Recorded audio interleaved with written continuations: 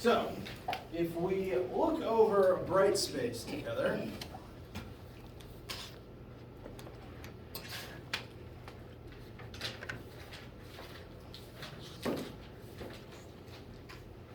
we're just utilizing the Test 2 tab, which is still useful to you. But we're going to scroll on down past the chapters 9 and 10. That is just some extra information that I like to talk about. It's okay if we don't have time for it. Down to the final exam tab, which again is on chapters 1 through 8, since those are the meat and potatoes of the course.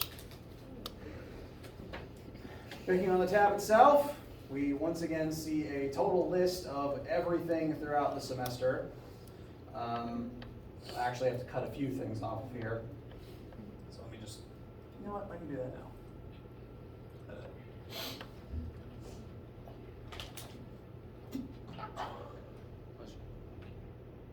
Oh, not included. Never mind. The list is fine. This list is basically just the Test 1 list and the Test 2 list, end to end.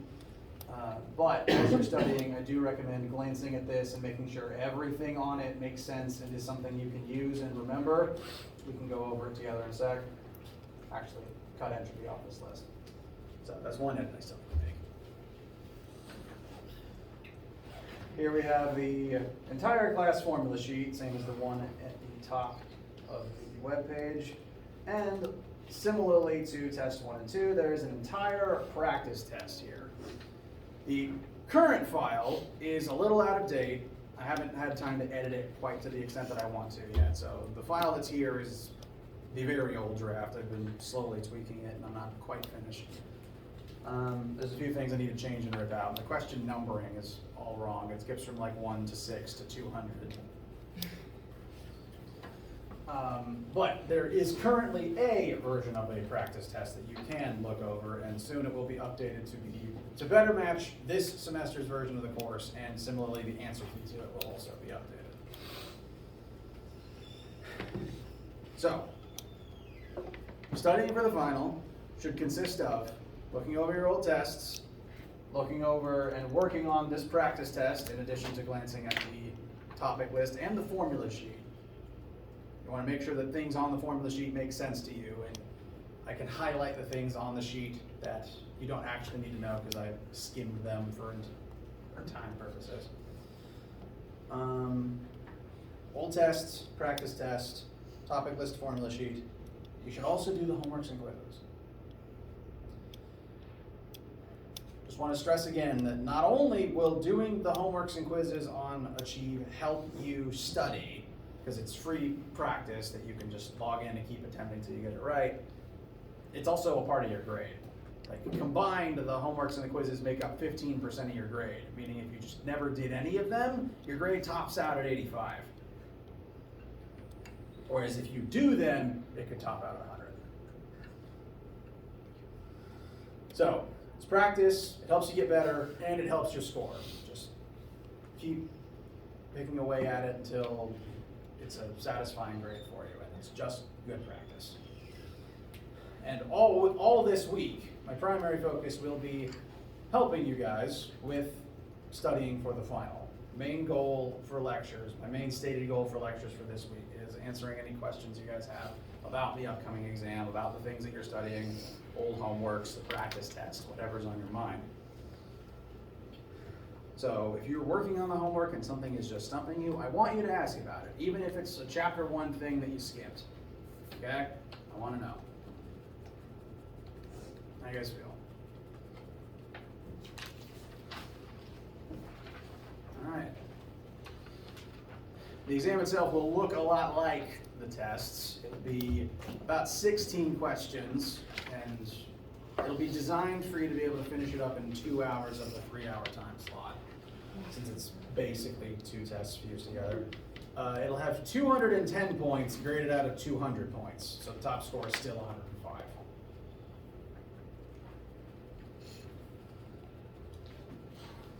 And I'm going to make sure that you guys are ready for it. Yes? How many of like the informational questions on there? Like there's. I would say, remembering my most recent drafts, About four. I will go ahead and say outright that each test we've taken so far had one of, where's my answer key?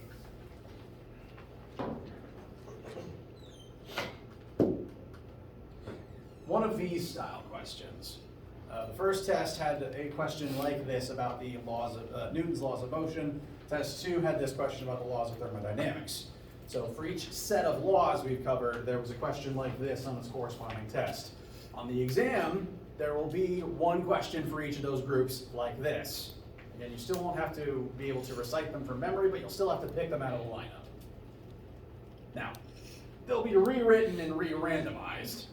So make sure you understand the meaning and not just memorize exactly what's written here, because it won't be the same writing. I can write each of these laws 8 different ways if I tried. But I can guarantee that at least 2 of the about 4 to 5 concept questions will be the law lineup. One for Newton's, one for Geek. Did I answer the question? Yes, sir. Okay.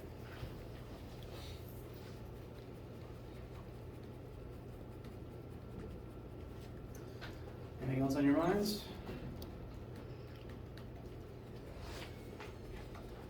All right. Now, as I said, primary goal for this week is exam review. So whenever you have questions, I want you to ask them.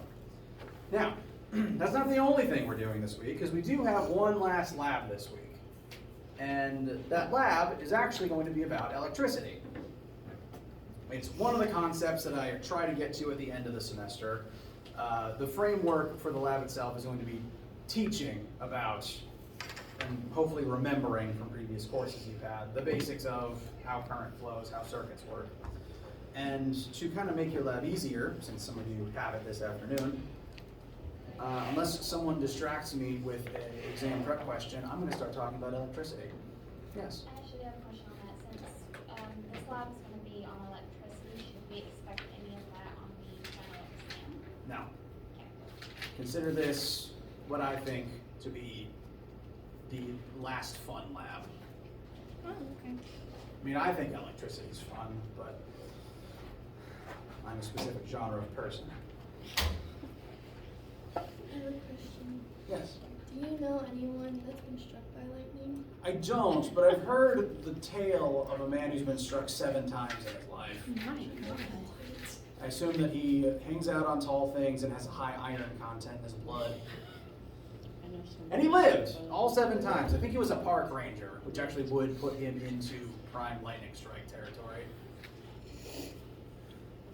There's a colloquialism, though, that of all the known lightning strikes across human history, lightning has never struck a toilet, a modern porcelain toilet. And for that reason, at least one person has put a toilet on his roof as an anti-lightning rod. And it hasn't been struck yet. Maybe I should try it. You know what? I'm going to use that as the segue to start talking about electricity. No, I mean, like, well, again, I find this interesting. I like that question, and I want you guys to keep thinking about them. So, you remember this formula, correct? Please. All right, this is the universal law of gravitation. This formula says that all objects with mass have some force drawing them closer together. This is not the only law like this. Gravity is actually one of 4 fundamental forces that hold the known universe together. We have gravity, we have weak nuclear interaction, we have strong nuclear interaction, these 2 come into play if you study chemistry and atomic science and bombs.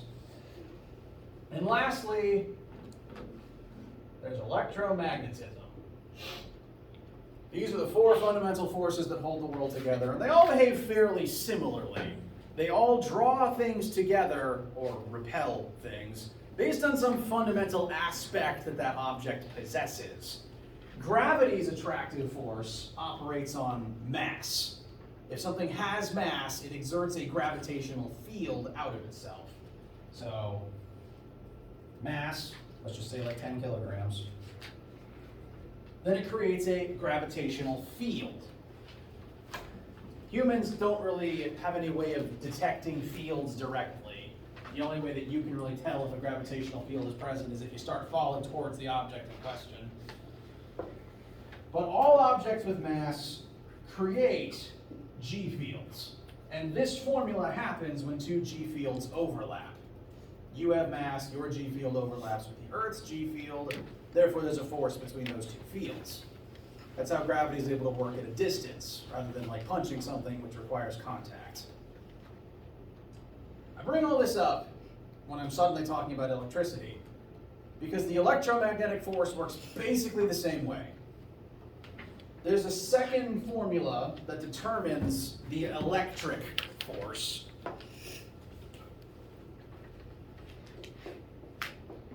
That looks something like this.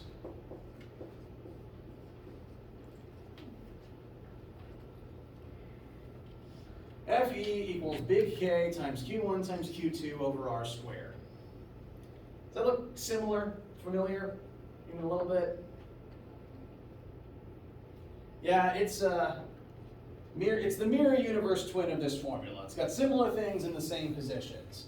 Instead of big G for universal gravitational constant, here you've got big K for universal electrical constant. You still care about the distance between the two objects, but mass is not what determines electric force. Charge is. Because all particles in the universe have some amount of mass and some amount of charge. You've learned about protons, neutrons, electrons, correct? All right. All three of those things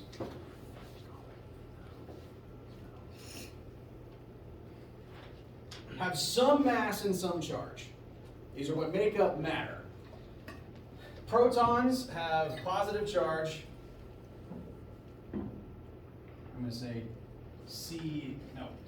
Q is the variable for charge. Q equals plus, mass equals tiny. Neutrons, Q equals 0. Neutrons are neutrally charged, hence the name. And their mass is tiny plus. It's still tiny, but slightly less tiny. And then lastly, electrons. This is the electron, this is the E, it just doesn't fit.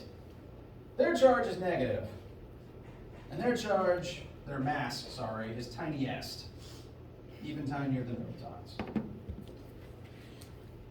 They all have mass and they all have charge. And since they all have mass, they are all still subject to gravity.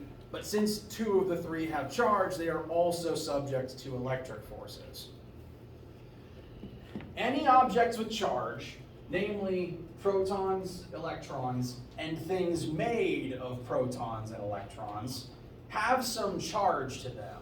And that means, like how your mass is attracted to other mass, your charges are attracted or optionally repulsed by other charges, because these charged particles give off E fields in addition to G fields.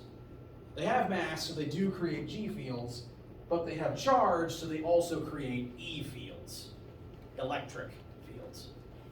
And the source of all electricity is E fields interacting with each other, like how the source of all gravity is G fields interacting with each other. They're very similar in that they just are a field given off by these fundamental units of mass, because each of these objects has, they all have a G field and two of the three have an E field. Neutrons are neutral, so they don't have an E field to speak of. But like how gravity happens when G fields interact, electricity happens when E fields interact. You've heard, I assume you've heard, the colloquialism that opposites attract and like charges repel. Sound familiar? What's a little bit different about this formula is that gravity always points inward, because you can only ever have positive mass. You either have no mass or some mass, and therefore the force always points inward. It's an attraction. Charge is a little bit different though, because you can have positive charge, no charge, or negative charge. And the fact that negative charge exists means that this formula can point in any direction. They can draw things together or repulse. Gravity only works one way, because you only have positive matter. But the electric forces can work either in or out, because you can have positive or negative charge. And as a result of those dueling attractive and repulsive forces, which exist everywhere, mind you, because everything is made of these. If it's made of matter, its tiniest particles are giving off these fields. Everything that exists is constantly causing these electric forces to bounce these particles around. And secretly, the electric forces are stronger than the gravitational ones overall. Like out of this whole quartet of forces that hold the world together, gravity's the weakest. It's the baby sibling. It's just the only one we really notice because the world around us tends to be neutrally charged most of the time. Throughout the entire universe, protons and electrons tend to be distributed evenly such that charge is 0 most of the time. If you have 7 protons and 7 electrons bunched up together, the net charge is 0. So the world tends to be neutrally charged, so there just doesn't tend to be very many electric forces present that we as humans can perceive. But when they exist, they have the potential to greatly overpower gravity. Electric forces are pretty big. And as a result, these forces are constantly causing protons and electrons to get bounced and ripped all over the place. And electricity, electric current, that's a vocab word. It's not going to be on the exam, but it's important to, I think it's important to understand how, power works.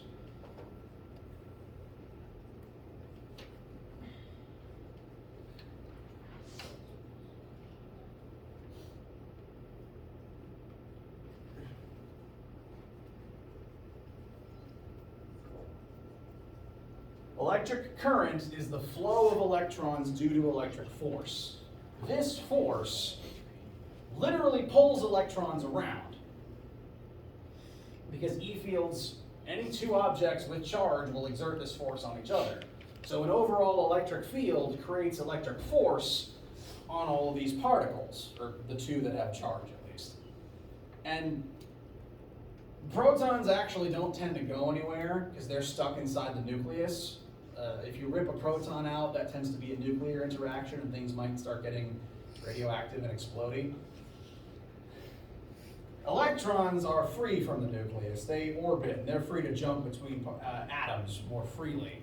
So as a result, electrons tend to be the ones that get pushed around most due to electric forces. And if electric force ends up pushing a lot of electrons in the same direction, you get electric current. When you hit that light switch, a voltage, basically electric pressure, is applied, creating an E field inside the wires of the building that forces, literally forces, electrons to move from a source through the light bulb and then back to the source. This force drives electricity and creates electric current. It also creates lightning. Anytime you've ever seen electricity in any form, that force is responsible. Lightning is electric current. It's just big electric current that happens in nature. And what happens there is, kind of like how friction generates thermal energy, friction can also cause a charge buildup. You may have noticed this if you've ever had warm wool socks and run them across a carpeted floor. Hair starts standing on end, and then you shock your grandma, and then you go to timeout. I may be projecting. But when clouds rub together, like literally the sky's full of clouds during a storm, and friction just causes those particles to generate charge across themselves, the cloud as a whole ends up with way more electrons than it's supposed to have, and ends up very negatively charged. Things have a negative charge if they have way more electrons than they're meant to. Whereas if you are missing electrons, you have a positive charge because you still have your innate protons left over.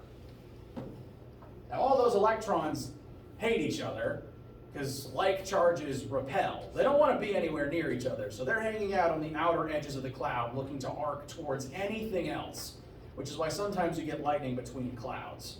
Literally, that's electrons trying to get away from their siblings. But occasionally, the cloud builds up so much charge, like the whole system has so much charge, that the nearby clouds aren't a good place to dump all these extra electrons. So instead, they start scanning the ground. And let's say that I'm realizing that my cloud looks a lot like a tree. This is cloud, this is tree. That's why it has a stem. This tree is the tallest object in the vicinity, meaning that its radius, its own charges have a smaller radius to the cloud's charges. And kind of like how gravity gets stronger with proximity, electric force gets stronger with proximity, because R is on the bottom of the formula. If R is smaller, force gets bigger. Therefore, tall objects tend to draw these electrons towards them better than shorter ones do, because it's closer to the cloud. Similarly, pointy things tend to end up accidentally fixating protons towards the tip because of how charges like to distribute themselves. So tall, pointy things, like this bare tree branch I've just decided exists, tend to be closest to clouds and tend to be either neutrally charged or slightly positively charged. And that means, since it's the closest and it's positive to draw in the negatives of the cloud, that makes it a prime candidate for all these electrons to surge through the air and get there. The force gets big enough, this force gets so big, it is able to literally rip the electrons right out of the sky and into that tree, and then into the ground, because it travels through the tree to try to get into the earth, which is the biggest, most positive charge nearby. So all of lightning is literally just charge trying to escape the sky through the closest, most positively charged thing it can, which is why it tends to strike trees and skyscrapers and golfers when they do this.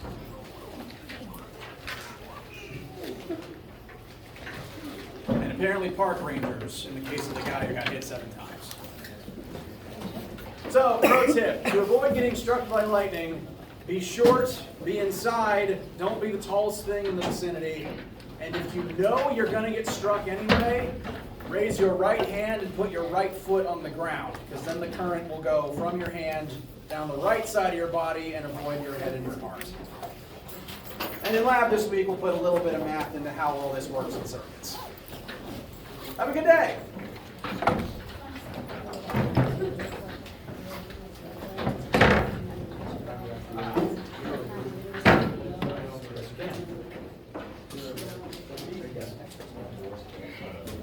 That's for missing any lab, including the last one. Thank you.